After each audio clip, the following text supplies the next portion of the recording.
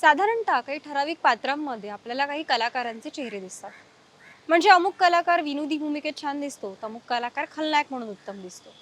पण काही मोजकेच कलाकार असे असतात जे आपल्या नावावर एक ठराविक जॉनरचा ठप्पा लागू देत नाहीत.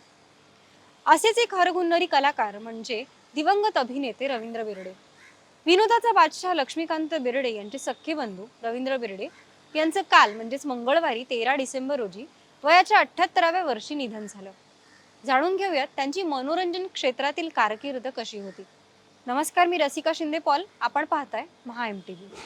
रवींद्र बेर्डे यांचं व्यक्तिमत्व असं होतं की विनोदी, गंभीर, खलनायक अशा कोणत्याही व्यक्तिरेखेला ते आपलंसं करून सादर करत. त्यांचा भारदस्त आवाज, संवादाची उत्तम फेक, अचूक टायमिंग हे सारं काही वाखाणण्याजोगं होतं. अभिनयाची कारकीर्द सुरू करण्यापूर्वी रवींद्र काही काळ आकाशवाणीवर काम करत होते. तिथूनच त्यांचा संवाद फेक, आवाजावर नियंत्रण, शब्दांतून अभिनय या सगळ्याचा सराव झाला होता. मराठी चित्रपटात त्यांनी गावचा पाटील, सरपंच, पोलीस अधिकारी, घरमालक, पोरीचा गरीब बाप किंवा पोराचा उर्मट बाप, गावगुंड, भटजी, मित्र, शेजारी अशी प्रत्येक भूमिका ठसक्यात साकारली. लक्ष्मीकांत बेर्डे, अशोक सराफ, सचिन, महेश कोठारे या चौकटीसोबत देखील त्यांनी अनेक चित्रपट केले.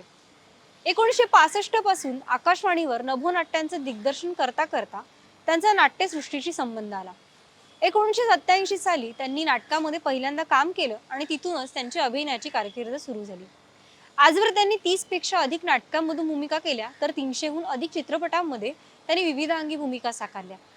याशिवाय मालिका, जाहिरातीमध्ये देखील त्यांनी कामं केली.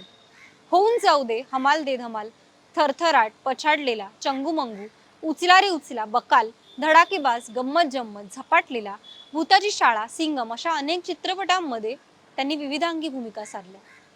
रवींद्र बेर्डे यांच्या जाण्याने मनोरंजन सृष्टीतील आणखी एक तारा निखळला. त्यांना महा MTV कडून भावपूर्ण श्रद्धांजली.